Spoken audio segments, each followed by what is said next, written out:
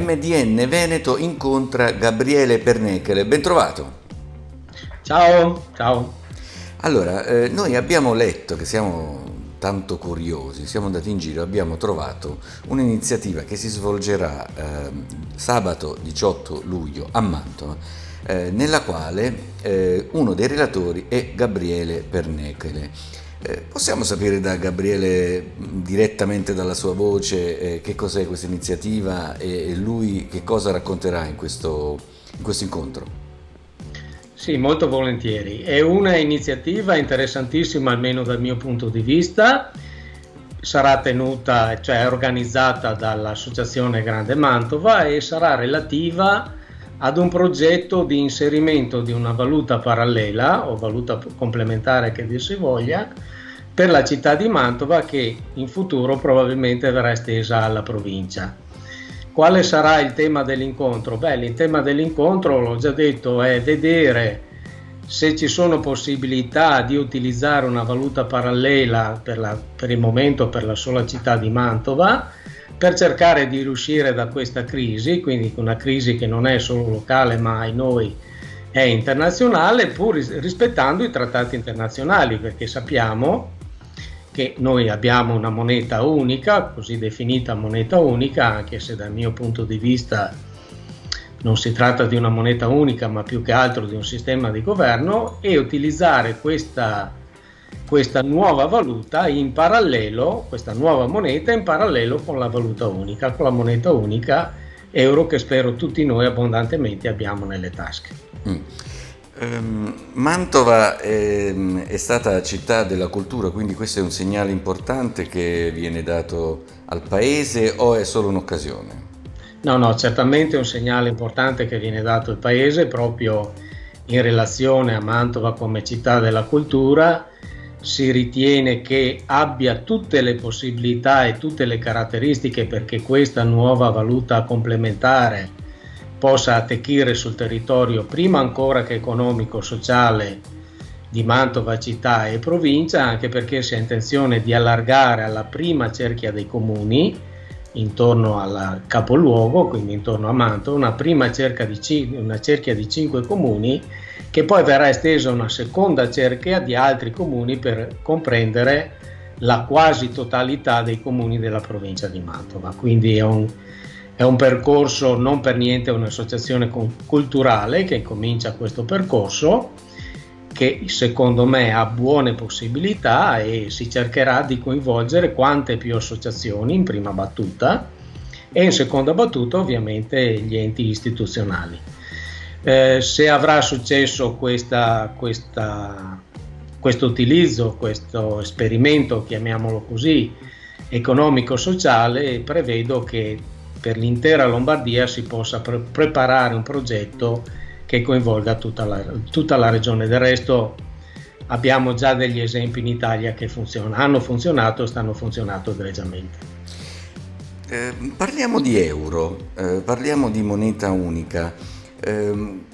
Cerchiamo di fare un po' anche chiarezza con parole semplici, no? Rispetto a qual è il concetto, se l'idea di una moneta unica possa essere un vantaggio per chi lo è, se effettivamente c'è una necessità di avere una moneta unica e se deve essere anche collegata ad altre iniziative, perché non può essere solo un'unione monetaria, ma dovrebbe essere un'unione completa da tutti i punti di vista.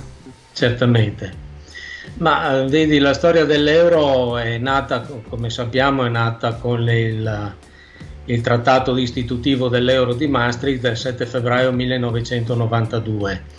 Che cosa si voleva fare con questa moneta? Questa moneta unica avrebbe dovuto dare una spinta economico-sociale ai paesi dell'Unione Monetaria. Purtroppo così non è avvenuto, almeno dal mio punto di vista, perché mancano, sempre ovviamente dal mio punto di vista, mancano degli elementi essenziali per avere una moneta unica.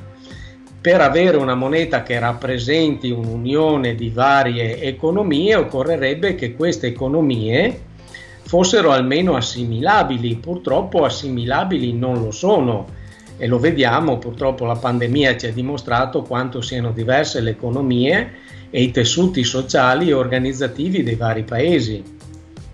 Certamente l'Italia non può essere paragonata alla Grecia, tanto meno alla Germania e ancor meno alla Finlandia o altri paesi delle grandi democrazie del nord Europa, ma oltre a questo non abbiamo neanche un sistema fiscale comune, non abbiamo un sistema di telecomunicazioni comune, non abbiamo un sistema ferroviario comune, non abbiamo tantissime cose e soprattutto non abbiamo la possibilità, benché sia previsto, la possibilità di avere uno scambio di popolazione, di lavoratori in modo particolare, come per esempio avviene negli Stati Uniti. Se qualche Stato dell'Unione negli Stati Uniti ha difficoltà, invece un altro Stato ha un'economia che funziona, per gli Stati Uniti non c'è problema, ci si sposta da uno Stato all'altro. L'unico Stato che ha beneficiato dal mio punto di vista della moneta unica è stata la Germania, ma ovviamente abbiamo delle grossissime difficoltà a trasferire i lavoratori italiani, greci, portoghesi, spagnoli, francesi o di qualsiasi altra nazionalità all'interno dell'Unione monetaria, perché abbiamo lingue diverse, anche se oramai l'inglese è patrimonio comune, abbiamo una cultura diversa e abbiamo grosse difficoltà di spostamento e di adattamento. Per avere una moneta unica avremmo avuto bisogno di tutte queste cose, si è preferito spingere la leva dell'unione monetaria e si è tralasciato, sempre dal mio punto di vista, la componente economico-sociale, politica, che abbiamo un Parlamento ma sappiamo che le competenze del Parlamento europeo sono molto ridotte, ci mancano dei grandi elementi che avrebbero dovuto formare la base di questa unione monetaria. Mi chiedo sempre, una domanda ovviamente mia personale, spero non sia retorica, se non è, almeno dal mio punto di vista, una moneta unica, è l'unica moneta? Certamente no, ci possono essere delle altre monete all'interno, come le monete complementari. E allora che cos'è l'euro se non è una moneta unica?